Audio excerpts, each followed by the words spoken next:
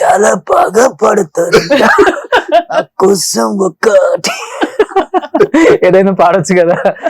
కాదు, సింగింగ్ చిన్నప్పటి నుంచి అలవాట మాధురి గారు? I'm not a singer. ఏదో సరదాకి ఏదో శ్రీనివాస్ గారికి పాటలు ఇష్టం అప్పుడప్పుడు పాడుతూ ఉంటాను. Okay, I'm not a singer. So తన పాడిన పాటలలో మీకు బాగా ఇష్టమైన పాట ఏంటండి మాధురి గారు? క్లాసికల్ బాగా పాడతారు. ఓకే, క్లాసికల్ డాన్సర్ కదా, క్లాసిక్స్. సో కానీ ఎవరో ట్రోల్ చేసి రకరకాలుగా మారుస్తారు. Classical dancer.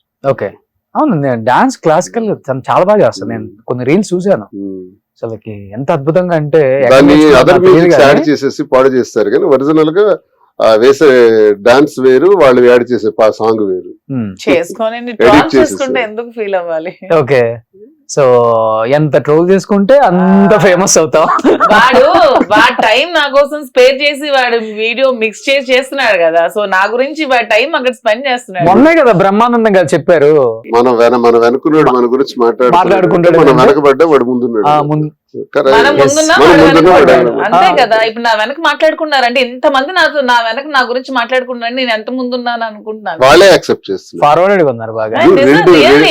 2 కోట్ల వ్యూవర్షిప్ ఎలా వస్తుంది? అవును, ఏదైనా సరే ఇప్పుడు మీకోసం మాట్లాడుకుంటున్నాం అంటే మీరు ఎదిగారు అంతే. అంటే కుందేల్లాగా ఇంట్లో కూర్చున్న వాళ్ళ కోసం ఎవరు మాట్లాడుకోరు. వన్స్ మనం బయటకు వచ్చి సోషల్ గా మూవ్ అయ్యి మనం బాగా ఎదిగాము, మనం చూసి ఈర్ష్యపడుతున్నారు, అసూయపడుతున్నారు అంటే మనం ఎదిగాం, అదే మన ఎదుగుదల. నేనైతే నా జీవితంలో అన్ని ఇలా అంటానండి. నేను కూడా అంతే. ఇప్పుడు మనకి ఒకటి గుర్తుపెట్టుకోండి, మీకు ఎనిమీస్ లేరంటే మీరు ఎదగలేదని అర్థం. అదే సింపుల్. అందుకనే ఇన్ని కోట్ల మంది ఎనిమీస్ ఉన్నారు ఇప్పుడు. ఎనిమీస్ ఉంటే మీరు ఎదిగారని అర్థం. ఓకే, సో మాధురి గారు, నిజంగా నాకు మీ పాటలు అంటే ఇష్టం కాబట్టి ఇప్పుడు వరకు శ్రీనివాస్ గారి గురించే పాడారు. కనీసం రోషన్ గురించి ఒక పాట పాడొచ్చు కదా. నా కళ్ళల్లో కళ్ళు చూస్తూ పాడండి ఇవాళ.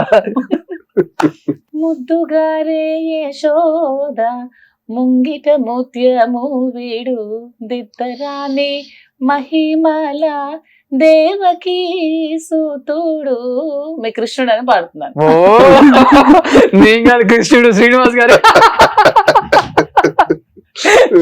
నిజంగా. కానీ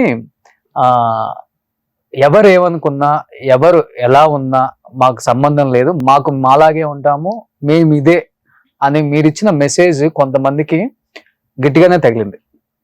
మేము బయటపడలేకపోతున్నాం, వాళ్ళు బయటపడ్డారు అంతే అని.